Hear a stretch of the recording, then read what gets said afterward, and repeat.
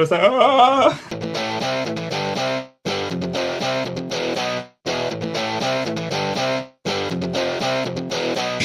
Welcome to Makers International, a podcast of makers from 3 countries, 2 continents, and featuring 5 guys separated only by the same language. Here's your host, Richard Morley. Hello. Good morning, good afternoon, good evening, good night, good times, whatever time it is, and whichever Starbucks you're in. Joined with me, as always, Mr. Chris Cute. How you doing, guys?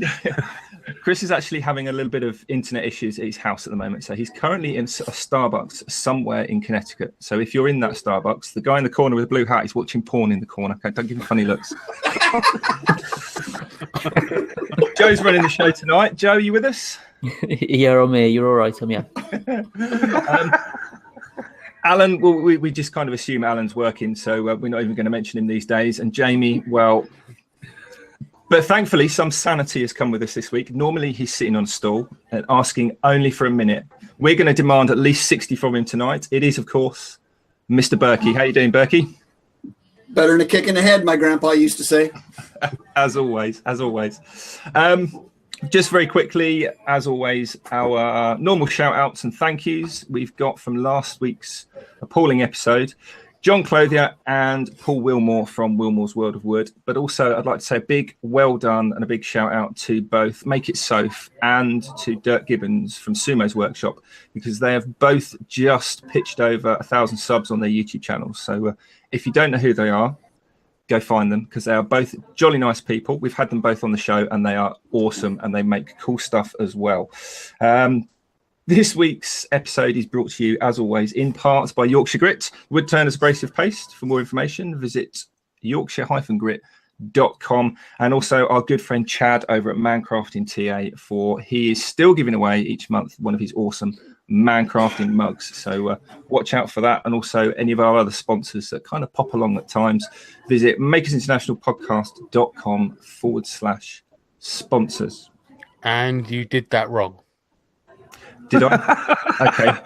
Edit. This is the seasoned professional. He's hosted the show last week, so he's going to correct you this week.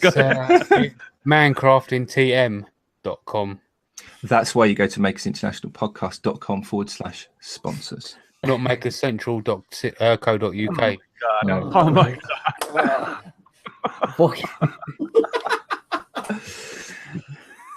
Talking of random, Chris, do we have any random listener questions from the internet? Do you even have internet at the moment? What's going on? Well, I obviously have internet, otherwise I wouldn't be here. But I do not have internet at my house. But this episode brought to you by Starbucks. Yes, I do have a random question that came to me after I released my video, but I thought it pertained to the rest of you guys too, since we all have YouTube channels. Okay. I had mentioned several times during that video that I put out last week, or Thursday, I guess, which was just some tools that I got. I mentioned that, I wasn't going to do a review on them. And somebody asked me, well, at what point in time would you feel comfortable doing a review on a tool as opposed to doing just like an unboxing and announcing a sale? So I figured that was a good enough question to throw out to you guys. At what point in time, or have you ever, or what's the circumstances in which you guys would actually do a review on a tool, possibly with a recommendation for people to get it? That's quite an interesting one. I've done a few reviews, and I know Joe has as well. Jamie, have you done any reviews on your channel? I've never done a video review. I've put out a lot of recommendations for my saw, the scroll saw, which people have gone ahead and purchased, and they've gone ahead and some people have gone ahead and done their own reviews, and they've liked it. Me personally, I guess I'd probably use the said tool for maybe 6 months or so, I guess, just to get a little bit of usage out of it, so see if it breaks or whatever in that time, or something. Give it time for something to go wrong. Maybe the brushes on the drill, for argument's sake, or I don't know, threads to break on Chad's lathe. Bad man. do you I mean, that makes perfect sense, but I've seen a lot that are just almost straight out of the box, which are more for to me personally, I take them as kind of unboxing videos, and I see a distinct difference. Would you agree with that, Andy? Do you do those sorts of things? Yeah, the unboxing thing I could see, and just, kind of a basic explanation. But as far as a review goes, for me anyway, I see tools as situationally really dependent on what's going on, both budget wise and, the situation of how the tool is going to be used. I mean, within certain parameters, the best tool I ever purchased was a Harbor Freight flush cut saw that made the money back that I bought it in about 15 minutes, because I had 4 guys. We were on site. We had no way of accomplishing something very specific. And I literally jumped the fence from this apartment complex I was working on, and went to Harbor Freight, bought the saw, and it paid for itself literally within 15 minutes. So that's a perfect tool, in my opinion. Something that does the job and doesn't cost the earth. I mean, that's got to fit everyone's criteria for the perfect tool. You say that about the that doesn't cost the earth and does the job. Take one of Jake Thompson's latest videos. He done a Harbor Freight review on is it a HVLP gun? Right. I think he got that. I think he said he got that from Harbor Freight, and he said it. By the time that you've done all of your spraying of lacquer or whatever it was, you could throw that gun away after you've used a tin of or a quart of liquid, and just throw the gun away and get it, and it still works out cheaper than getting loads and loads of rattle cans worth of lacquer. And absolutely. Some of the comments he was getting, he goes, YouTube wasn't bad, but Reddit was wow.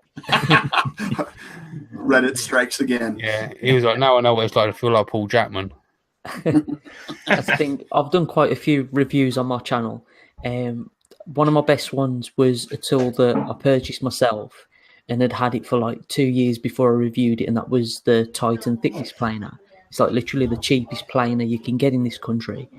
Initially going out, very well received. Everybody loved it. Everybody agreed with my terms of the review. As it's gone on, I'm constantly getting messages when anybody has anything wrong with it. Like I do say in the video, I'm not a professional, but like something mechanical's gone wrong and stuff. So I kind of put that to one side, because I find if I buy a tool and it doesn't work, the tool's faulty, I won't put that down to it's a bad tool, because I don't know anything about that kind of thing. So I basically, the tool works, it's brand new, it works. So then I judge each individual element of it, of how it's going to be used. I don't work out on site. I don't have particular needs. So I tend to, if somebody sent me a tool to review, I want at least a couple of months, which might not sound like a long period of time, but it's more than enough for me in my work environment to know it does this well, or it doesn't do that so well, or I'd sooner have this or change that kind of thing, because I don't need that long-term use to get a quick idea, if that makes sense, as opposed to, I suppose, if you work out on site with a tool, there'd be other things that I wouldn't even consider thinking about that would have to come into it. So I'll try and keep it clear, straight down the line. I'm not a professional. This is what I think of it, and go from there. So if anybody is thinking about doing reviews on the channel, just keep that in mind. Keep it open. Keep it honest. Share your opinion. Opinions are useful, whether it's right, wrong, in the middle, whatever. It's always helpful. I think it's always important to be forthcoming about your time that you've spent with the tool as well. Now, personally, for me, if it was a power tool, then I probably wouldn't ever feel comfortable reviewing it. I mean, unless it failed, then I'd be happy to go on and say, yeah, this thing, don't buy it. It sucks.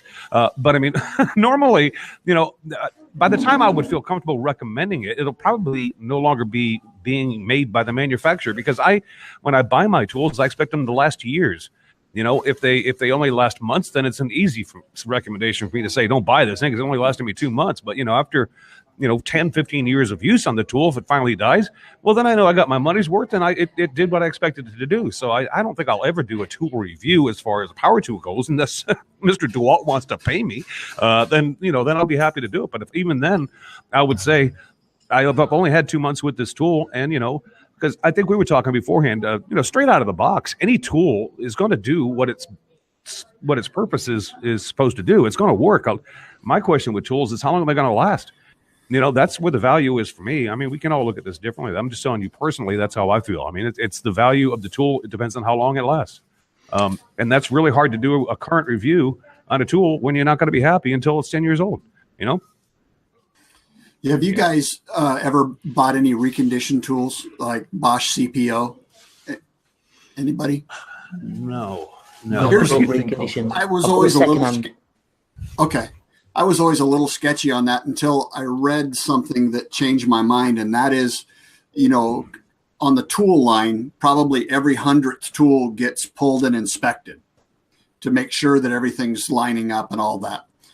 Well, those tools get torn apart and then put back together, completely checked out, put back together, and they are set off as reconditioned tools. This is especially as it relates to Bosch. So the advantage is every one of those reconditioned tools has been gone through after manufacturing and has been double checked and triple checked by a quality control person. So that that tool is going to function perfectly, as opposed to buying one off the shelf, which, every 100th one gets inspected. It's a different way of looking at it, but I've bought a ton of those tools, and they're, probably 20% off, and they work great. The other side of that is if there's a problem with a batch, if a company identifies an issue with a particular batch of a particular tool, then that batch will be looked at as well. So you might find that an entire batch gets checked. Not that there might be anything wrong with them, but right. The company wants and needs to make sure that everything's absolutely hunky-dory. The other side of that is some manufacturers will let you have the tool for a period of time and then return it if it's not what you expected, doesn't do what you hoped, or you whatever. Right. They then need to be straight back to maintenance and, like you say, basically reconditioned as well. Mm-hmm.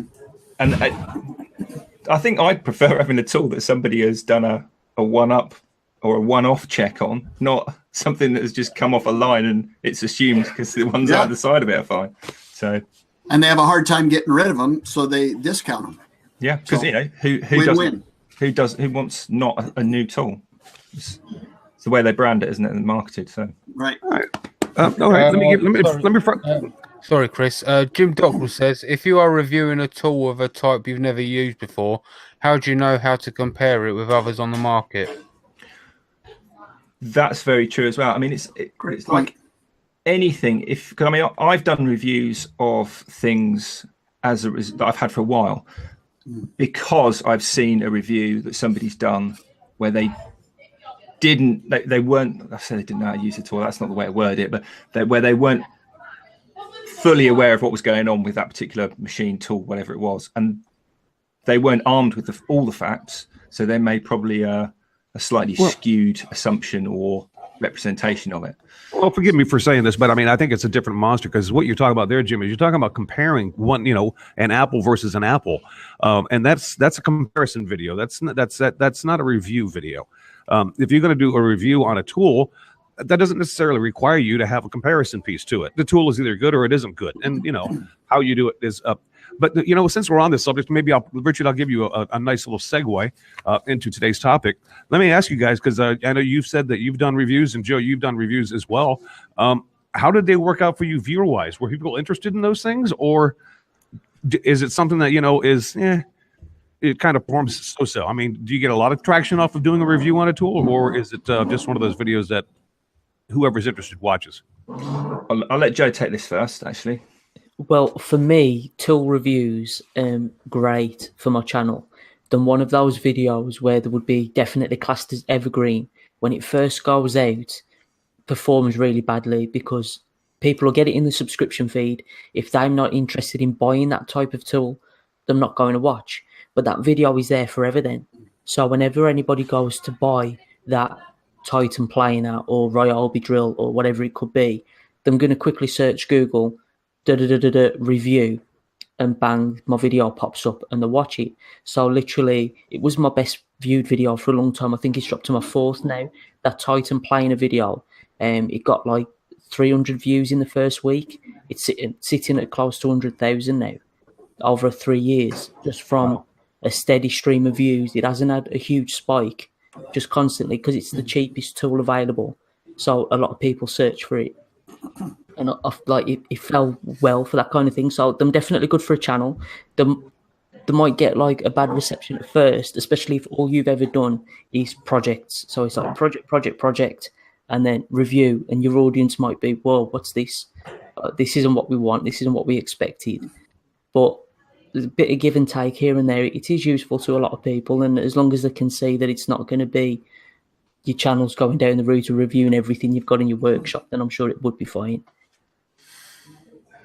So, I wasn't ignoring you, Joe. I was. The reason I let you take that first. No. I was actually looking at the analytics on my second channel, which I don't publicize, and you probably didn't even know I had one. Small channel. I haven't posted anything to it for 3 years. It's got 14 videos on there, all of which are under, or all bar one are under 2,000 views. Most of which are under 500 views, except for the one review video I did, which was of my table saw, which is currently sitting at 168,000 views. So that's hugely skewed. Basically, 99% of all the views that come out of that channel are for that one review video. So that kind of gives you an idea of the evergreen nature that Joe was on about. And if you look at the kind of the real-time views in the last 48 hours, one view on some of the other videos, 220 on that one particular one. So it's constantly viewed, or is constantly relevant to somebody.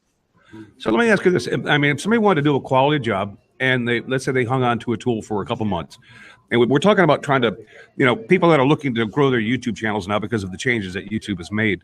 Would you guys say that a tool review type video like that is worthwhile for somebody looking to grow their watch time and possibly even their subscribers? Or is it just one of those things that it's just going to kind of lay there and build up over time? I mean, because we're here to, try to help people out and give them stories of what we've done in the past. And, what would be your recommendation? Would that be something that some of these guys want to try?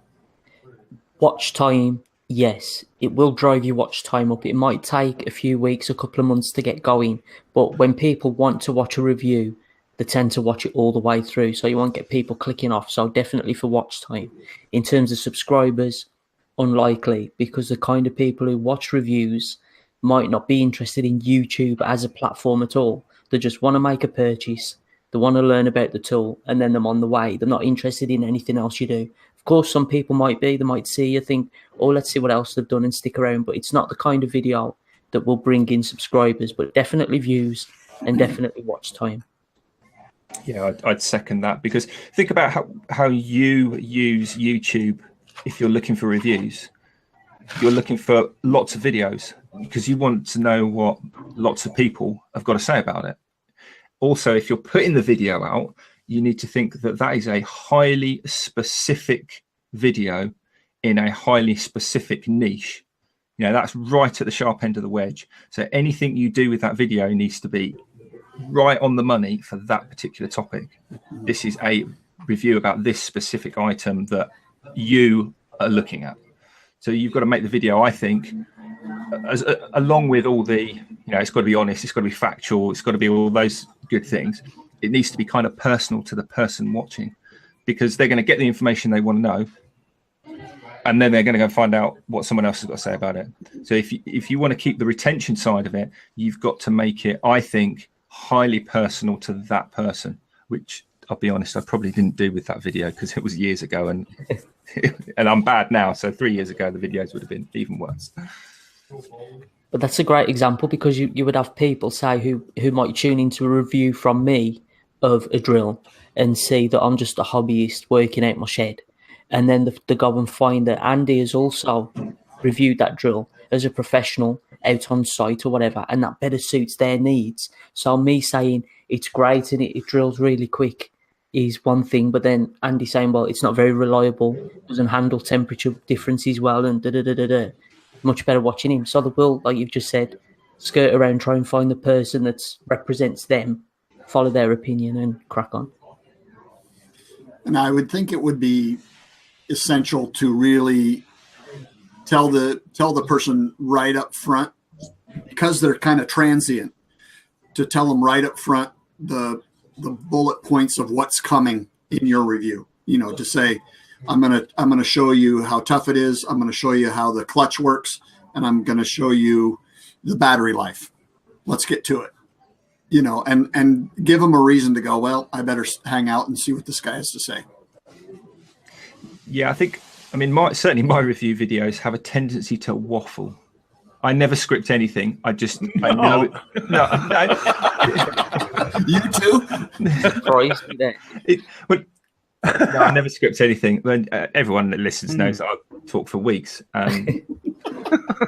Nah, come on, man. The way I tend to, I find for me that works better because I know what I want to say about something. I know, whether I think this is good or that's bad or whatever the bullet points are in my head. And I then tend to kind of in my head go down those bullet points. And I think for a review video, like you said, Andy, where you want to cover those bullet points, you want to try not to waffle because people aren't there to listen to what you've got. They want to know, is it good? Can it handle temperatures? Are the batteries good? Has it got enough power? Can it do what I want it to do? Because it's my money on the line here. Did you pay for it? Are you being paid to say what you're saying? Right. And all those other things. So that needs to be condensed almost as your hook. So, I'm a professional. I'm not being paid by anyone. I've put my own money in this because I've had their products before. It's all right. Let's find out why I think it's all right in terms of and then you get into the video. That's okay. not Well, let me interrupt and see if I can get us back on track because today's show is about YouTube growth, and we sat back and we were talking about this. Because of the changes that YouTube has made, obviously a lot of people were kicked out of the partner program. We did an entire episode about that and what the effects of that were. But that's left a lot of people, unfortunately, out in the YouTube world looking to grow their channels as quickly as possible so they become partners once again and then start remonetizing their videos. And so we got together and said, you know what? We're not experts at this. We can't, we're not going to give you a seminar today on how to grow your channel and be the next superstar because that's, obviously we haven't done that ourselves. But we have been doing this for quite some time. And Richard and Joe have extremely respectable channels. I mean, Jamie and me, but we've been doing it for a while and we know what's going on, what the deal is. And, I think Jamie and I are both right there. I mean, if we wanted to do the work, then we know what work needs to be done. Yeah. But we wanted to open it up to you guys that are listening today to ask us anything that you may possibly want to know about this channel, our own personal channels, what we did, what we have done, what we continue to do to grow our audience.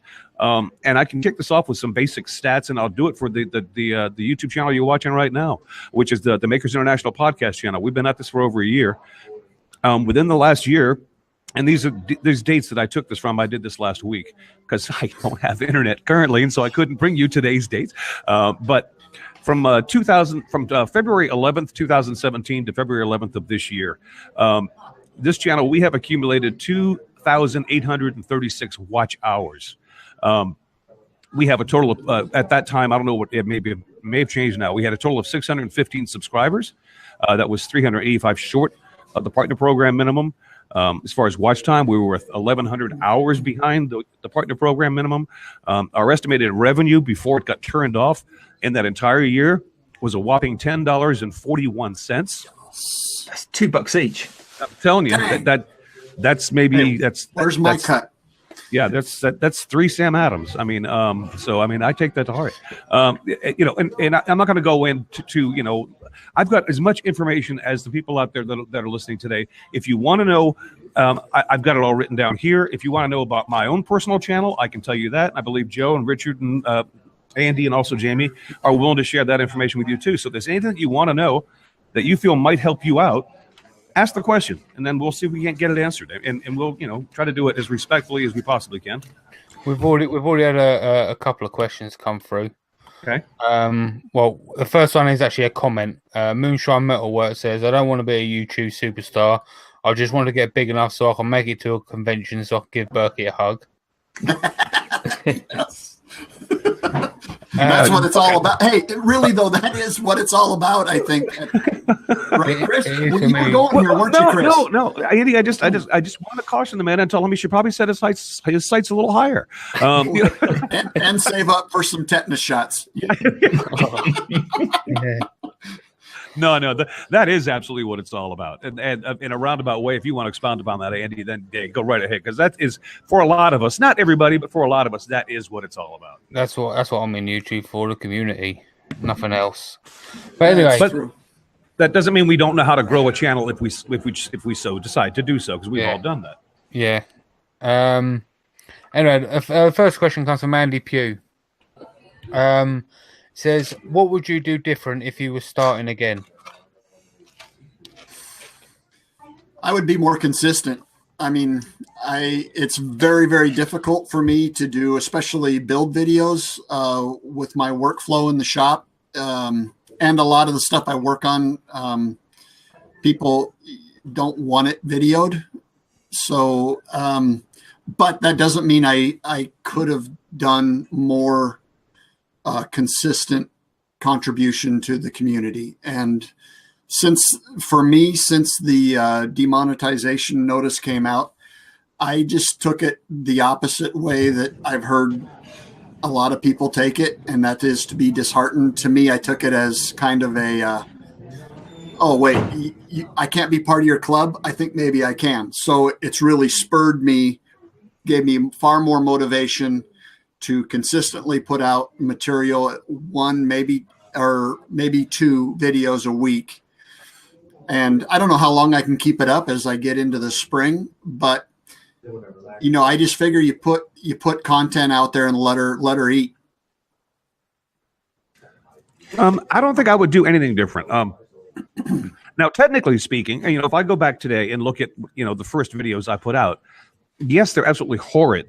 But if I could go back, would I go back and not put those videos out? No, because you know what? I've been on YouTube going on, well, I'm in my third year, I think, on YouTube. And you have to start somewhere. It's a process, and you kind of learn as you go. You realize you need lighting. Okay, my lighting was bad. I also need a better microphone because my garage sounds like an echo chamber. Okay, I got a better microphone. I really could use a nicer camera. Those are things, but you've got to start somewhere. So I don't know that I would actually do anything differently, because I put out consistent content on a weekly basis every week since I started my channel. There's only been a few weeks where I missed. So no, get started. It would be my recommendation, and don't worry about that, because your worries and your observations of your own work will grow over time, and you'll be able to figure out what you'd like to do and what you wouldn't like to do. Me personally, I would have stopped whining to myself, and I would have pressed that publish button a lot earlier than what I did, because believe me, I hesitated, and even after I pressed published. On my very first video, or video that I actually spoke in, I actually messaged Bill Lutz and says, and he actually convinced me to keep it up and not take the video down, because I was like, Bill, I said, I feel like a complete idiot. I said, I look like a complete idiot. I said, I'm going to take it down. And he was like, no, you ain't. And it is basically because of Bill that I left it there. Now, Sterling was the reason that I put it there, but Bill was the reason that I kept it there. So we have Lutz to blame. Lutz is to blame, yeah. So, yeah, I would have pressed publish a lot sooner, I think, because there was a lot of hesitation there to begin with. And it does all come down to just do it. Because I was worrying about nothing at the end of the day. Yeah, I think we can probably all chime in and say exactly that. But, Joe, I'm going to ask you this, because I know all of us here, and forgive me if I'm wrong, gentlemen, don't get offended, but Joe actually, he knows his stuff when it comes to this. So if you were going to look to give advice to somebody who's trying to grow their channel, Joe, what are the things that you think are important, and how you can actually, where's the best place for you to focus your time, I guess, if you're looking to grow your channel? I guess that's the question. Well, this is the awkward thing, because I really like to get into all the analytics side of things and follow other channels that give tips and try and see where trends are going and stuff. Obviously, with my channel, it's a great size channel, but it's not up there. It's not skyrocketing. And I think a lot of that comes down to personality, who you are. If you're somebody people want to watch, they're going to watch you regardless. So what I would say, best thing you can do is produce that content. That will always be the one way to guarantee to get a following. The more videos you put out, the more opportunity people will see them, more opportunity you'll grow an audience. What I wish I could tell myself from when I was starting was to relax. When I see my old videos, like Chris was saying, I absolutely hate the old videos I put out. I'm stiff as a board. You can see how nervous I am talking to camera, because at that time, it was me talking to a little box that I had no idea anybody would watch. But as soon as you know there's somebody on the other side watching it, you're talking to that person, talking to that audience, and you can relax a lot more and people enjoy it a lot more. So that's a big tip. Try and relax. I know it's difficult. Pretend there's somebody in the room, even get a mate and talk to a mate behind the camera, that kind of thing. Thumbnails a lot more important than people would first think. I've actually recently gone back and changed all my original thumbnails. I literally made a template, thought it looked really good. I'd got like text across the top of my logo, and then little boxes I could drop pictures in of the project I'd made. But of course, when it's on a thumbnail and it's like a 1/2 inch by a 1/2 inch square, people can't read that kind of writing and they can't see what's going on.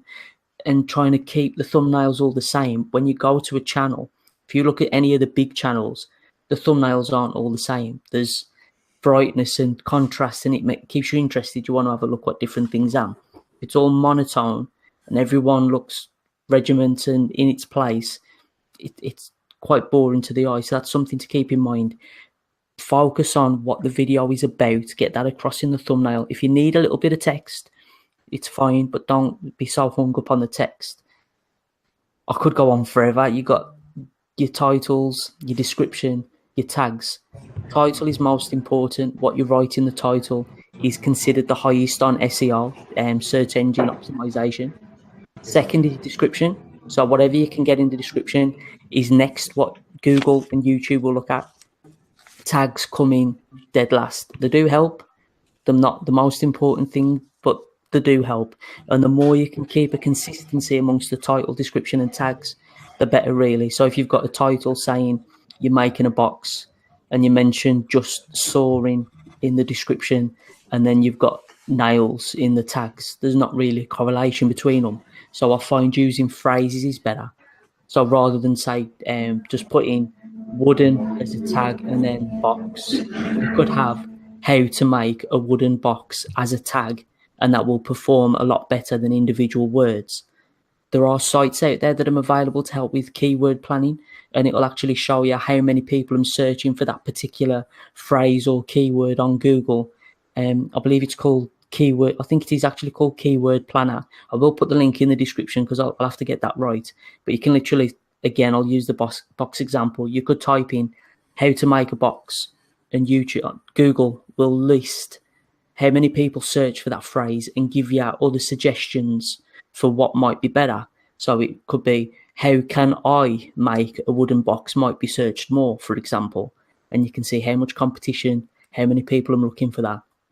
So these little things, they take the time, but they do actually help, and you will start to see a difference. I will get it really quick. Last thing I've got to say is share.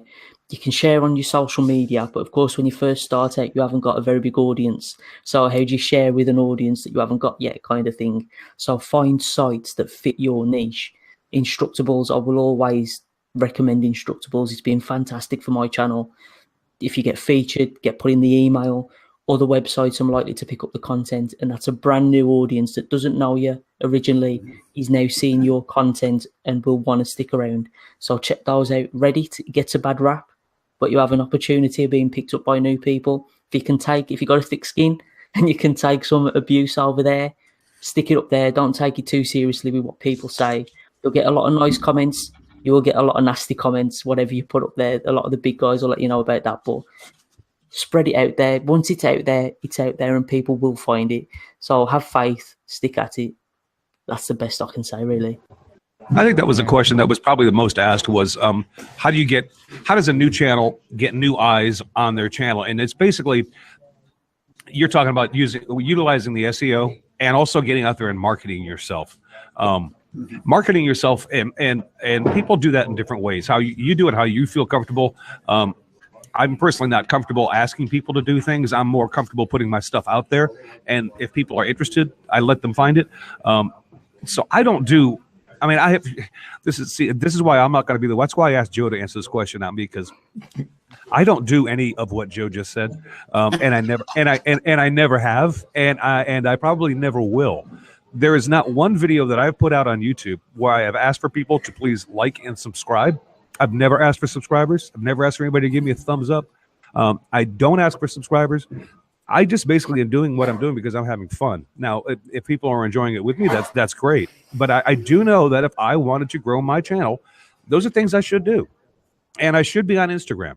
And I should dare and dip my toe in the water of Reddit. I should try to do Unstructables. But guys, I don't care. If you care, then listen to Joe. Don't listen to me. So do as he says, not as I do. Okay. I do just want to quickly jump in. Sorry, everyone. Just on about they say asking people to subscribe, to leave a like and share and stuff like that. A lot of other channels have actually mentioned that does play a big part, and it's not really viewed as so much as begging. It's a reminder to people watching, because you'll be surprised someone could be really enjoying your content, and it could just be in the mind, oh, I'll see more of their videos. But as soon as they say click subscribe, I say, oh yeah, I will subscribe to that person. And of course, like I do regulate, you can always say if you didn't like it, give it a thumbs down, and you'll be surprised when you ask people if you don't like it, give it a thumbs down. You'll have comments saying, I liked it, I'll get it a like. I would have disliked it if I didn't. Like, have that bit of rapport between you and your audience, and it works a lot better. I think that goes down. One thing that strikes me about your channel, Joe, is you have quite a high relational value as well as information imparted by yourself. That you're a very likable guy. You're very transparent, and people can relate. I can relate to you. And I'm sure loads of other people can as well, because you're not kind of very rigid and. Well, wait a minute. Which Joe are we talking about? The Joe in the video or the Joe that we know? Oh, Joe in the video, for sure. That's kind of what I was saying. Like, that was what I was saying. Like, my first videos was horrible because I wasn't relaxing. So it's really nothing to do with me personally as a person. It's that getting to that level of relaxation, being comfortable, get comfortable, and it's the same. It's nothing to do with, oh, Joe's great kind of thing. You know what I mean? It is literally just relax. Mm. But Joe is great. If you're a nice guy and people can relate to you face to face, that will come across in your videos over time. That's just human nature, isn't it? And that kind of, I think, goes back to the regular posting. Just like Andy said, I think we're in quite a similar boat here in terms of how regularly. I used to try and put out a video a week, and you miss a couple and then you forget, and it's been 2 months.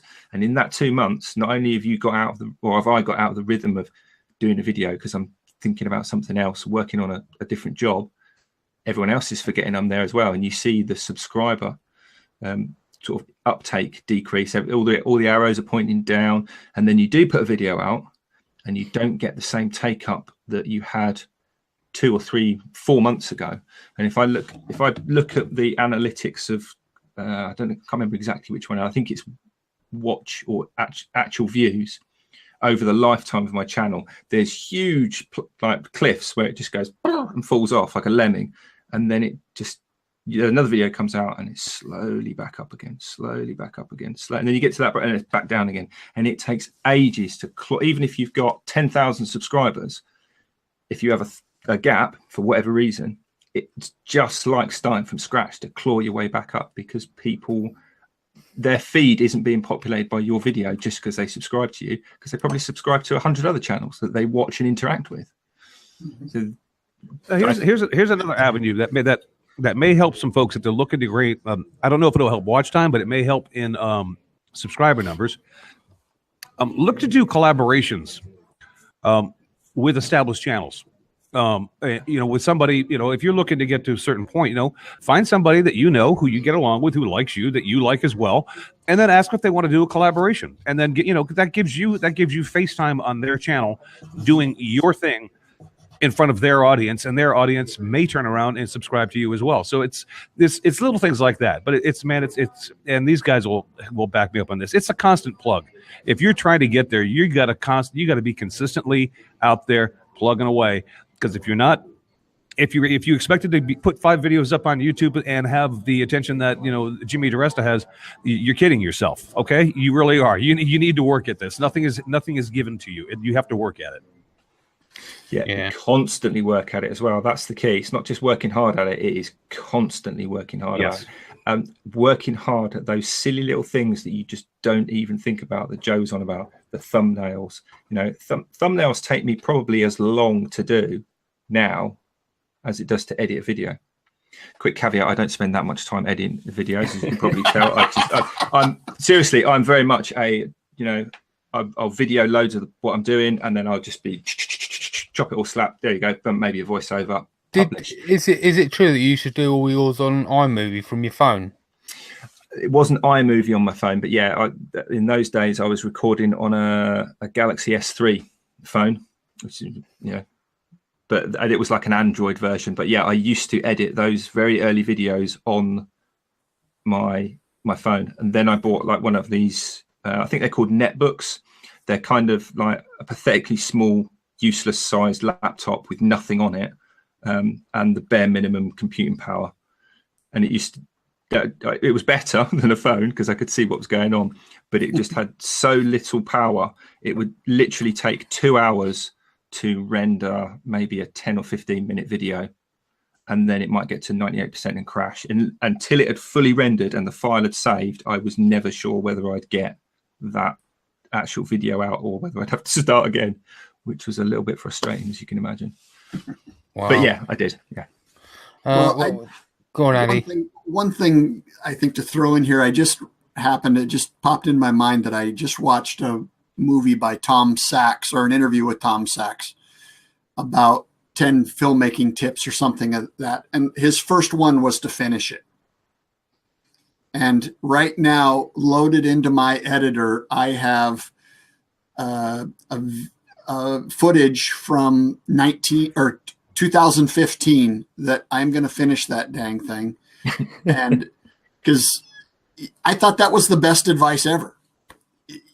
Finish the dang thing, because I have a ton of footage somewhere on random cards laying around that I haven't put it together yet. I'm exactly this. Joe, I've got a flash drive here, which everything goes on. If I lose this, I am literally spiraling in a helical fashion, because there is stuff on there. There's stuff on there, the same from 2-3 years ago, just 5 minutes of raw footage of me doing various things, which will become projects. Remember I talked about my naughty step? Projects I've not finished. There are probably half a dozen over that time period, which I can see 2 actually across the table. You've got to do it, but you can keep it in the bag. So from that point of view, Andy, if someone out there is like us and they're working on a job where they can't video in the client's home or on site or whatever it is, that's a video that you can have to come out to try and break that 2, 3, 4 week, month gap, and keep the trajectory at least vaguely in the right direction. Mm-hmm. I will say this too, in talking to corporate guys. I mean, the one thing I've learned over the past year is companies now, they have guys that stalk us. That sounds creepy, and I don't mean it that way. There are guys who get paid a salary to watch YouTube videos and to study us and see if we are potentially a good match for their brand. Yeah. So I think that to me is something to really keep in mind as you're putting out content. If you want to start to make money, everybody's fixated on AdSense. Where it really came to me was last year. I was at Maker Faire in San Francisco, and I walked into a bar that had a gathering going on, and a guy came over from a company that we all know well, and he said, "Hey, you're Andy," and I was just like shocked because he introduced himself and I knew the company and he knew me. And then he said, I had made a little walnut box for my mother-in-law's playing cards on a video. He said, he asked me how LP was doing. He knew her name. And it was like, wow, she's fine. But the thing was, I was up front. I said, you realize that I only have, I think I had 2,200 subscribers at the time or something. I said, I don't have, and he said, we don't care about numbers. We care about influencers. So I think that's something that you got to keep in mind from my perspective anyway, is to have a good voice in the community, know that people are watching you other than just random people, watching a video, and to be someone that maybe someone would be okay with you representing their brand. Just another angle on it. Another way I'd put that, I totally agree. Another way I'd put that is don't get hung up and fixated on subscriber numbers. For that exact reason that you've said there, Andy, because lots of people do watch videos. I mean, if I look through my analytics on my videos, just in the last 28 days, more than 93% of my views have come from non-subscribers. Only 7% of my total views in the last 28 days have come from people that subscribe to my channel. Right. Now, But I want to point out, Richard, and you're aware of this, but I just want to make sure that the people listening to us and watching us today know that we understand this as well. You say don't get hung up on subscriber numbers, and for the most part, I agree with you.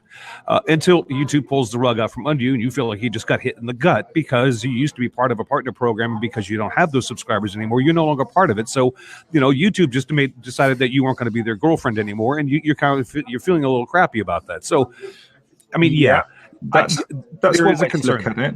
But but if you're looking to make money, that's not the ticket to make money on YouTube. I mean, so I understand what you're saying. I'm just saying that there's an emotional gut check that people got handed, right, that we're trying to help them get back. Yeah, but to kind of not to disagree with you, but go ahead. I don't care. But to look at it from another point of view, fight. We talked about our our estimated revenue on the channel in the last 12 months, which was a couple of beers, literally $10.41 to be exact. Yes, Andy's just talked about a situation. He's talking to a guy from a company.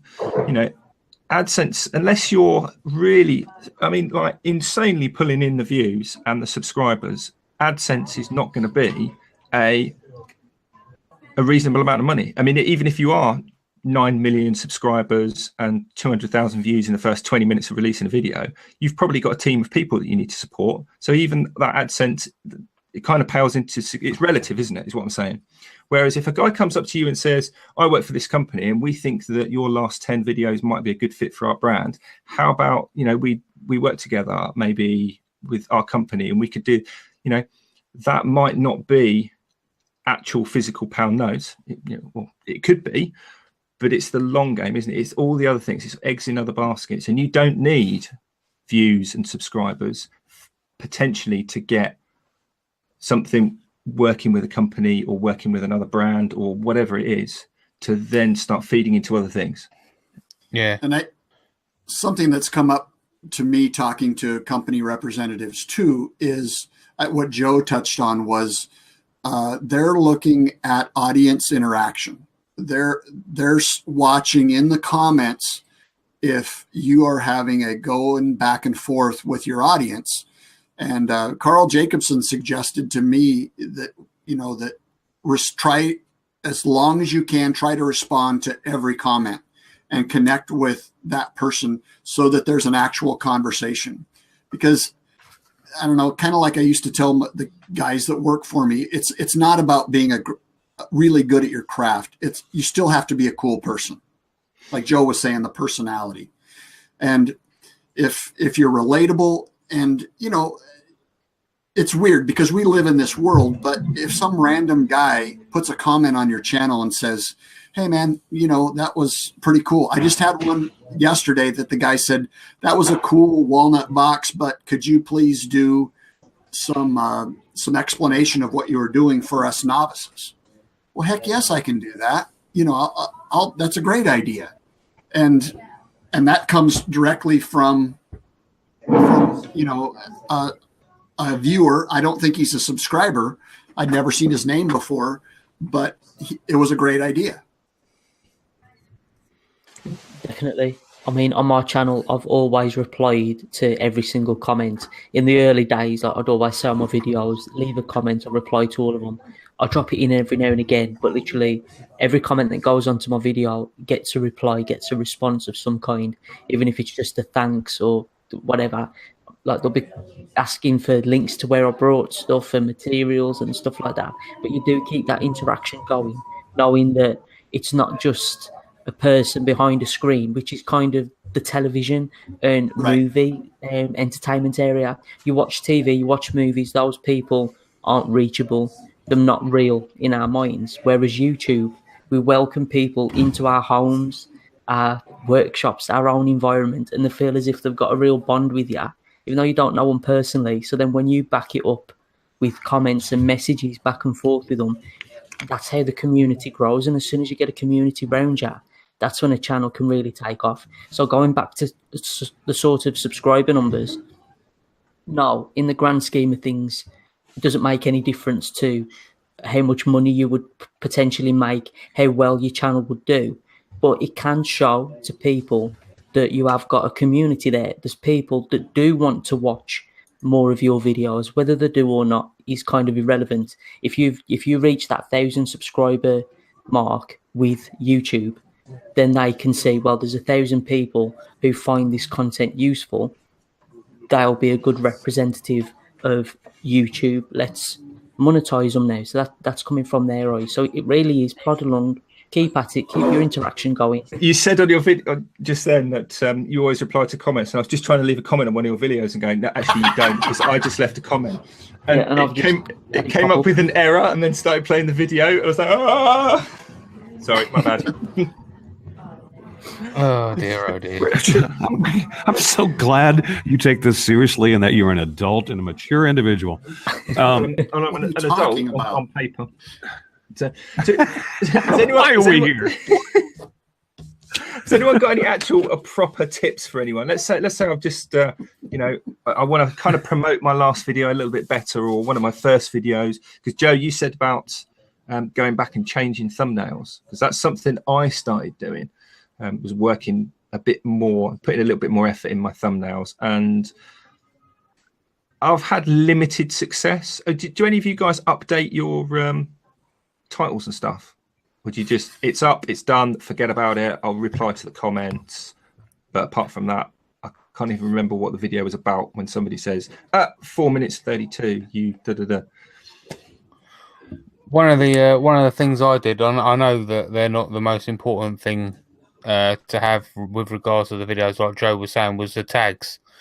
Now, in my videos was, if I was doing, say, a wood turning video, I automatically had uploaded was tags, so it would come up with wood turning, scroll saw, and everything associated with both of them. And it was continuously like that for every single video. So if I was doing a wood turning video, I'd have to, now I've gone back and I would delete the scroll sawing ones and vice versa. So you don't want to have words associated with a video that's have nothing to do with it. It confuses the issue, doesn't it? And also it takes up, it's basically wasting space that you could it's like, do you remember when you were at school and you had like an exam question that you really didn't know the answer to, and you just kind of write stuff that you thought was vaguely plausible just in case it might get a mark? That's basically what you're doing. Never did that. Not me. No, never. But you are aware that certain individuals might have fallen into that heffalump trap. I would think maybe. Yeah, me all the time. I did. Something that I've done that I'd be interested to see, especially Joe, what you think of this is I will go back into the analytics of an older video, find out what search terms have been used to find it, and then I take those and drop them into the tags for that video to sort of bolster, its attractiveness for that specific search term. That is a really good tip. And another one to look at is what other videos have suggested your content. So you might see something that's kind of a bit obscure to what's sending people to your channel. Have a look at their tags, have a look at their titles, because there might be something you can pull from that as well. If somebody's coming to your channel from watching a carving video, check out what they've put in and put it into that one as well, because there's obviously some correlation there in YouTube and Google's eyes anyway. But yeah, that's really good tip. That's brilliant. Yeah, it is brilliant. And you know what? I hate to admit this. It's like we could do another show on this, guys, because I mean, we've got like 4 minutes left. That's really hard to believe. We just blew through that hour, and there's so much more that we could do here. And if you guys that are listening to this and watching it, if you're interested, then we'll go ahead and do a show like this again, and we'll try to get more information in there. So just let us know in the comments. Make sure you like and subscribe. I was just going to say but that really is the perfect thing to do to get like the conversation going. It's like literally, if you want us to do more of these episodes, give it a thumbs up. If you don't, give it a thumbs down, because then we can genuinely look and we can see. That was my cheeky way of letting Richard know we were running short on time, and also using an example at the same time. So yeah, I hope you guys caught that. Anyway, all right. So anyway, Richard, unless Joe feels like editing a 2-hour podcast, we may need to start thinking about wrapping things up. But for today, make sure you leave us messages in the comments. Seriously, if you want us to do this again, we'll do it. Yeah, or over on SoundCloud and iTunes. Yeah, wherever you happen to be listening to it or watching it, then get in touch. We'll get back in touch. Then we'll like, and you can like, and then I'll subscribe. And or on the posts, like when you share it round on social media, you could like put the question in the post as well when you share it and stuff. Yeah, after you get done sharing this episode over all of your social media, you're Joe is sneaky, man. Dude is sneaky. Look at him. Look at that guy. Or message us directly on our Facebook page. What I think Chris should do, being he's now sitting in a public place, is you should now turn around to the rest of Starbucks and say, you were just part of this podcast, so you should all say hello now. Make them. Yeah. Everybody wave. Nobody's listening. They all ignore him, just like at his house. Just like on his podcast. But I definitely think there's some mileage in doing another. I mean, I had actually made some notes as well. Honest, about stuff that we could kind of go into. That sounds good. Right. Do you guys have any shout outs for this week then? Or yeah, I've got one. It's I'll get it out of the way nice and quickly. It's Pat Lap. There's not much to say about it. He made a pepper grinder and it was massive. Joe, what about you? I'm going to skip mine. I haven't got one this week. Let's try and steamroller through it. Yeah, I do have a shout out. It will be in the comments. Somewhere. Joe will put the link in. But what I want to very quickly talk about, because it relates to the show, we're talking about doing collaborations and things. You may know. Do you remember I did the Cutting Edge Router Tips video series? Joe was in it. Chris, I can't remember if you were. Loads. There were. April was in it, and so was Cremona was in it, and there was a few people. If you fancy if you've got a route question, get in touch with me, and I'm doing it again. I'm storing them up because I want to, just like we were talking with Andy, we have big breaks. I want to be able to edit them and kind of bridge those gaps. So get in touch. We'll do a collab. Andy, do you have a shout out or anything? I do. Good. It's kind of a combination, both a maker style video and also a really cool, almost meditative Zen type of video. And I'm going to screw this up. So Gerald from Redsmith, please forgive me. But the channel name is Tawaza. And the video name is Kyo Sa Himino. Kyo Sa Himino Joinery. It is the coolest thing. These guys, they're sitting on little bamboo mats and doing amazing joinery with very sharp but simple hand tools. And it's fantastic. I sent the link to Joe, and I think he's going to drop it in the description, but I highly recommend it. They're very fun to watch first thing in the morning because it's just like, Awesome. I love those kind of videos because you just go, wow. Yeah, they're very well produced too. This series and this channel. So sweet. Chris and or Jamie, do you? Jamie's already given his. I don't have any because I haven't had power or internet for way too long.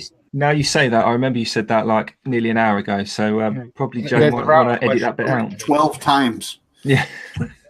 That's why I'm in the Starbucks. I was going to say, why aren't you at home? Yeah. You redecorated or something?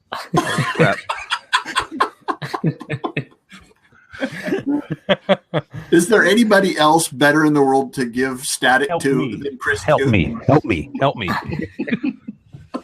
Please help me now. Wicked. Well, I think Chris has pretty much lost it. Joe's given us the evil eye. I guess that's pretty much time to wrap things up. So, yeah, I'm just going to stop talking now. Thanks for listening. Andy, thanks for coming on with us today. Everybody have a great week. Cheers. See you next week. Take it easy, everybody.